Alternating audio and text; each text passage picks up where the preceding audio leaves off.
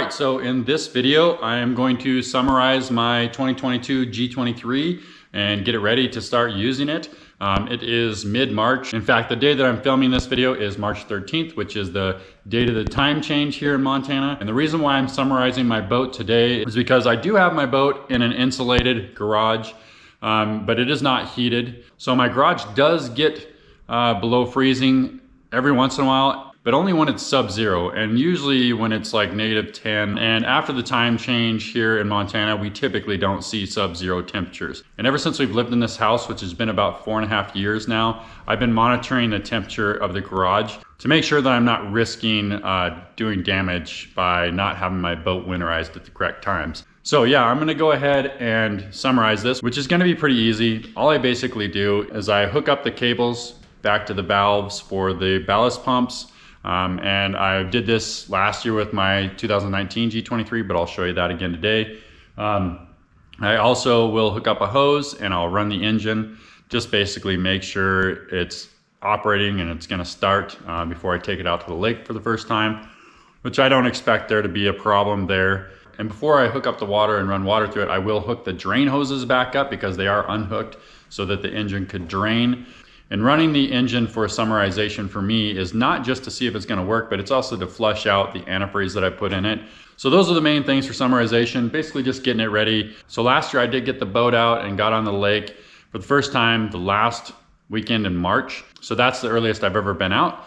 So basically I'm just getting prepared in case that happens. But typically I don't get out until the first weekend in April or maybe the second weekend. And it all depends on when the ice comes off the water, because that's when I start going out. I probably would go a little earlier on a normal basis, but you can't really boat when there's ice on the water for the most part. So I'm gonna go ahead and pull my boat out into my driveway. I do that because when you run water through your engine, it does come out of your exhaust, and I don't want it all over the inside of my garage floor or to get sprayed all over my drywall in the back. So I'll get pulled outside and then I'll go through all those steps. All right, so I was about to pull the boat outside and it's actually raining a little bit. So I'm gonna go ahead and take care of a couple of those items before I was gonna hook up the water while I'm in the garage still. I'll also need to unhook my battery tender cord, and then also I'll need to put the tower down as well before I pull it outside. So I'm gonna take care of a few of those things while it's still in here, and I'll pull it outside for the final step where I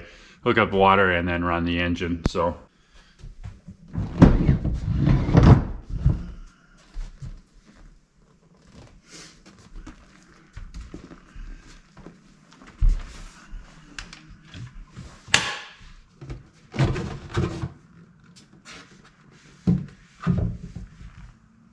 okay, so you can see that here's my little spot where I can connect the hoses, the drain hoses, and I can see a couple of the hoses laying down there. They should really all be right in that same area. So I'll just grab those and connect them back up. Okay.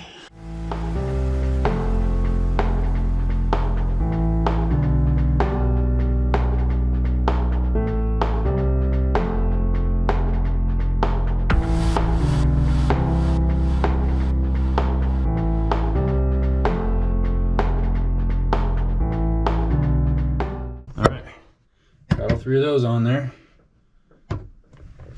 All right, so now I'm gonna get to the ballast pumps, which are right here. And then there's also, I believe, at least one valve I need to turn on for the intake, the raw water intake. So I'm gonna get into here now. Okay, so I think I'm gonna need to flip this valve right here, turn it off, basically close it. So that way when I hook up the water, it doesn't suck air from this spot right here. But that will need to be open when I go out to the lake. When I'm done running the engine and unhook the hose, I need to come back and open that valve back up. So now the next thing I'm going to do here is, you can see these cables. I need to attach the end of these to these valves. So, and they need to be closed to do that. So it's going to flip all these to close. And that one's already closed there.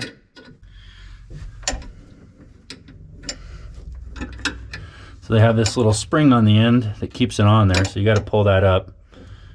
It'd be better if I do this with my left hand. There we go. That one's on. And now it won't let me pull it up, but the boat automatically, when you turn it on, it automatically opens and closes these. Here's the next one. Okay, that one was easy. Okay, and last one is right here.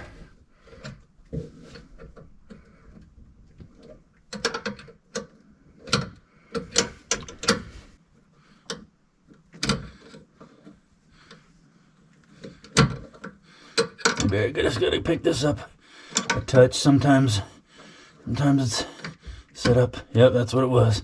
So the valve all the way closed. It doesn't quite go on, but I opened up a little tiny smidge and it went on. And now the lock is spun. There we go. All right, that one's done too.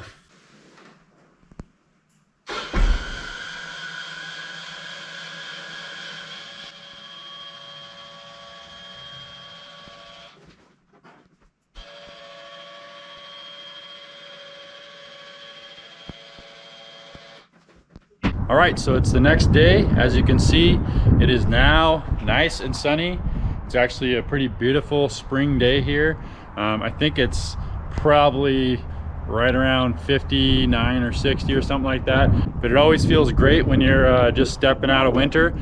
So that's why I'm in a t-shirt.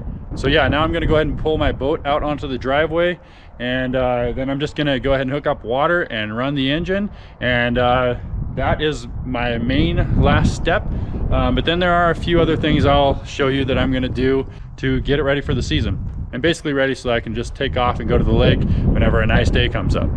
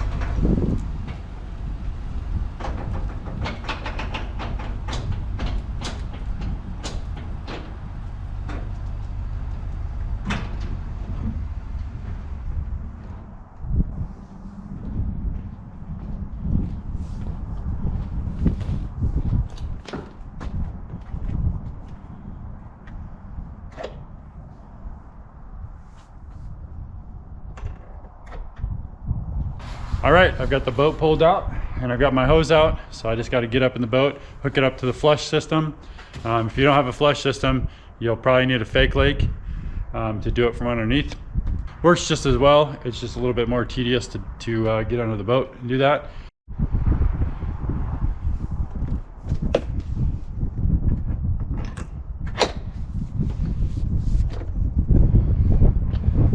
So right here's the flush.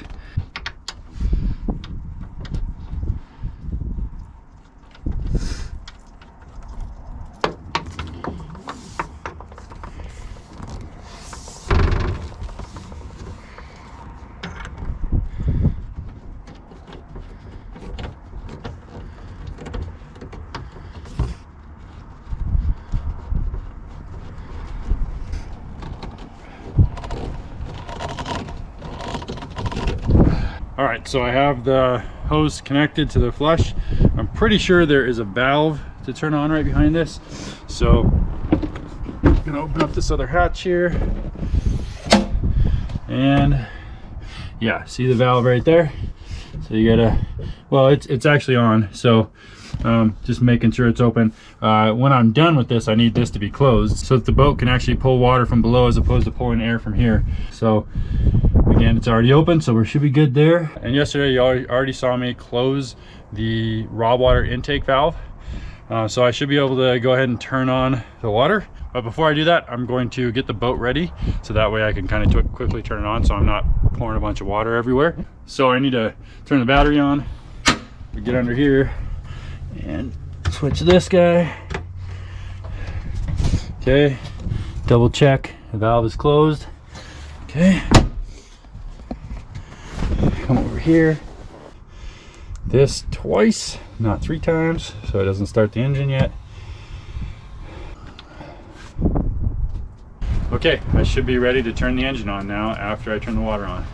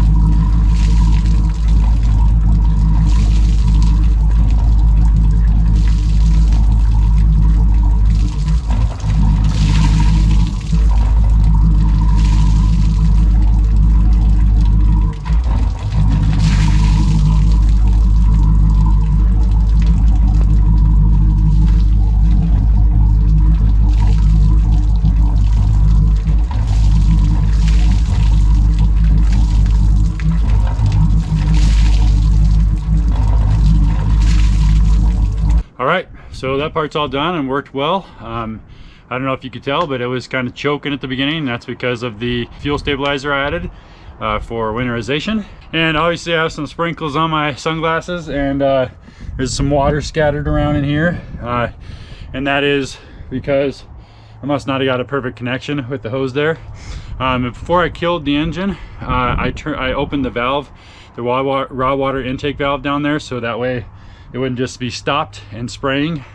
And that was what it was doing when I first jumped in, so that it could flow out through that while the engine wasn't running.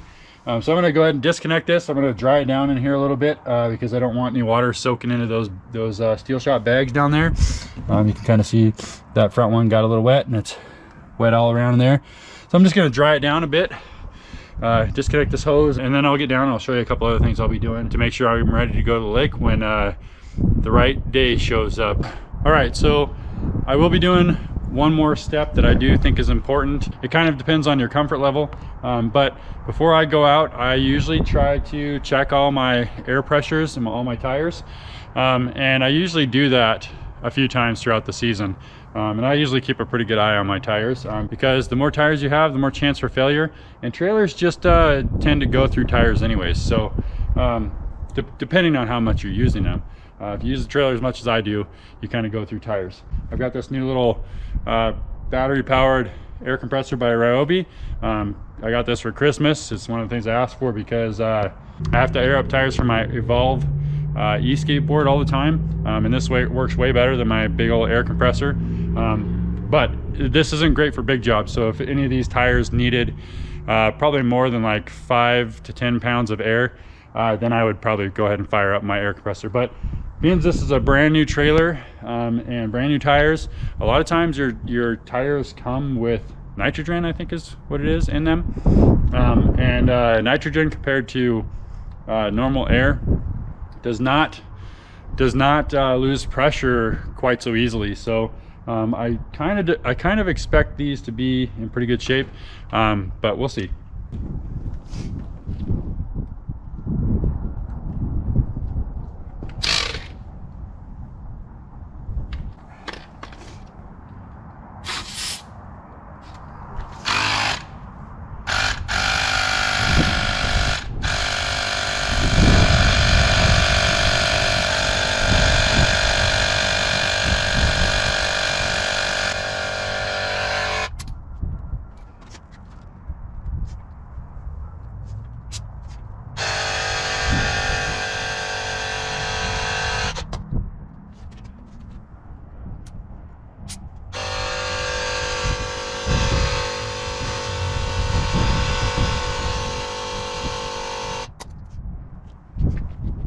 All right, so I'm all done checking the tire pressures. I did top off each one.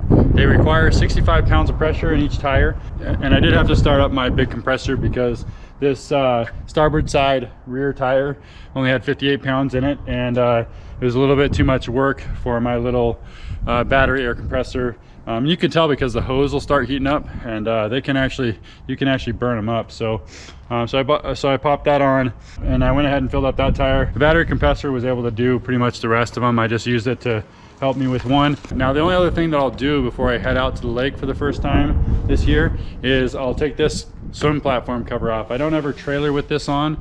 I just use this as a dust cover during winter storage typically, and I may even start using it sometimes in between trips to the lake.